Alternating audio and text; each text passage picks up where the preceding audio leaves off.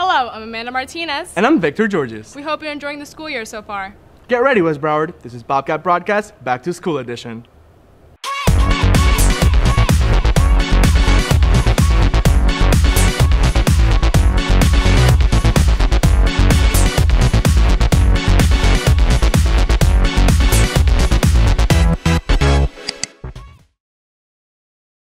Here at West Broward, many of the students possess some unique talents, not only in academics, but also in what they choose to do outside of school. On today's show, we will share the incredible journey that a nationally recognized film crew took to the biggest, most competitive high school film festival in the world. Another story will feature a young woman who emits her inner strength through CrossFit, an enduring fitness program. And also how teenagers in South Florida are providing their grain of sand for a better tomorrow. And much more. Now let's take a look at the team who produced an independent short film that has been submitted to over 30 national film festivals. Director Francisco Cabrera has been making videos ever since his freshman year. However, in order to make this project a reality, he had to make some decisions. Now take a look to see how this latest work has made it from Pembroke Pines to the Big Apple. Roll 1, Scene 1, Airplanes, Take 1.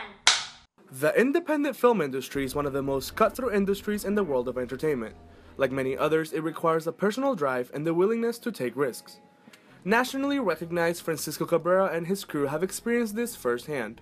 However, for this group, it was time to take the biggest step of their career. All the films that I made have always been driven by high school competitions or assignments. For the idea that I wanted to make, I couldn't have those restrictions. I couldn't be either limited by time or even censorship.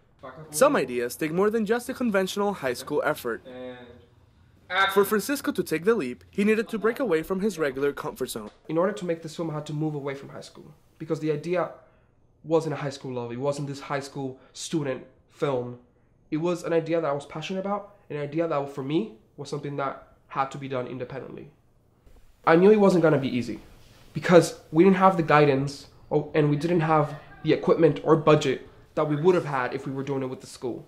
With a lack of available resources, Francisco's team decided that crowdfunding would be the best way to jumpstart this project. Through this method, the team was able to raise $3,000. In order to make Revolving Child, we have to go bigger than we had ever gone. We have to find resources that we didn't have. So what we did, in our idea that me and the producer had, was that we need to go to the viewers, go to the people that want the film, and if they want the film, if they wanted to actually fund it as well. The success of Revolving Child hasn't stopped. With only a few weeks between the ending of shooting and the deadline for film festival submissions, the project's progress has been a reward for the team's risk. Now the best place for film lovers and filmmakers to go are film festivals. That's where we wanted to show our film. The biggest screen with the biggest audience and people that knew about film and were passionate about it. And that's exactly what has happened. The film has been submitted into over 30 festivals. Revolving Child's achievements prove that taking risk is worth it for young artists. For Bobcat Broadcast, Victor Georges. Although the arts are a vital part of the school, sports are also important to many of the students, such as Christina Tabor, who competes in CrossFit. While the very first CrossFit workouts were for the Sheriff's Department in Santa Cruz, according to the American Council on Exercise, more than 60% of its participants are women. Reporter Faith Moreira has the details on a student that displays the endurance that is needed in athletics. Meter mark. All right, 3, 1, 3. 1, 2, 3. It's Saturday morning, and while most teenagers are sleeping in, Christina Tabor is at CrossFit Fever competing in a series of intense workouts that will test her speed, endurance, and strength. As a relatively new athlete, she is excited to participate in her first competition and continue pursuing her fitness goals. I started CrossFit because I noticed that I wasn't healthy as I wanted to be. I wasn't as fit as I wanted to be, as strong as I wanted to be. I started CrossFit with the dream of gaining weight, gaining muscle, looking better, feeling better. And that's exactly what she has achieved here in her hard work at CrossFit.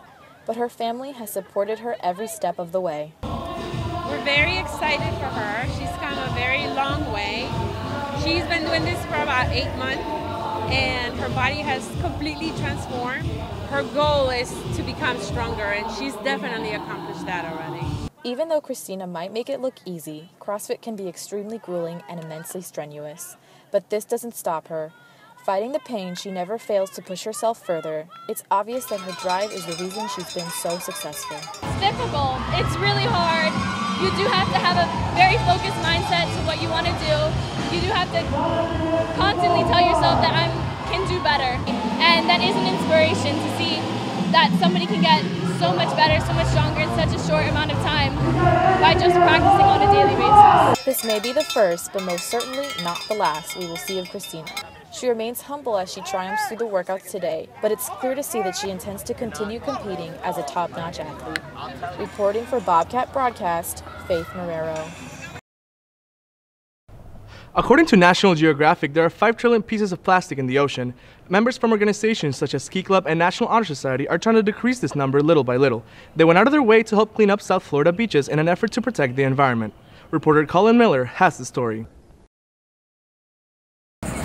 Today's dreams can be tomorrow's realities, and in order to have a greener tomorrow, West Broward High's chapter of the Key Club, as well as National Honor Society, is conducting a beach cleanup. We're cleaning up the beaches. Like, a lot of people come here to relax. They don't want to be swimming in Cheeto bags. We learned that protecting the environment is really crucial because it helps maintain biodiversity, like different animals, like we need them in order to survive. This may seem like an ordinary school event, but for members, they hope that this effort will influence many. I would hope that as the community sees like us young generation out here, that they're going to be also initiative. It's going to lead the initiative to come out here and help as well. Like, it's going to start like a movement. Some members also have personal reasons for attending this cleanup. I'm doing this through Key Club because I love Key Club and I love service and I love volunteering to help the community, so this just kind of goes hand in hand.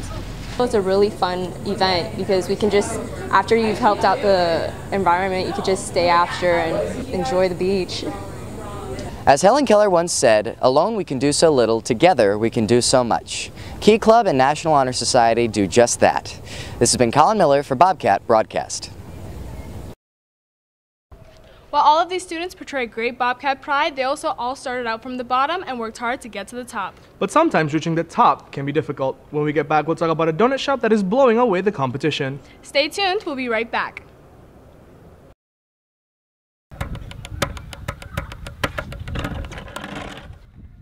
For the inner musician in you, trying to express itself and develop your musical talent.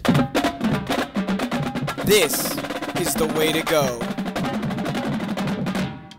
If you want to be part of an award-winning team, if you want to travel the nation in competition, if you want to be a winner, join Ben. I was at Zach's house that night. I had a lot to drink. And she asked me to take her home. I thought I was gonna be okay. But I never made it home.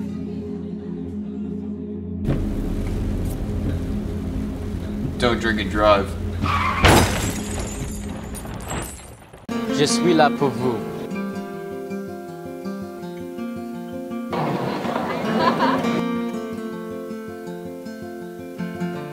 मैं हूँ आपके लिए। Aqui estou eu.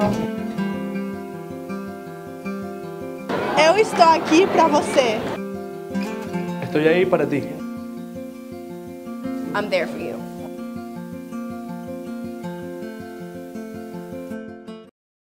Welcome back.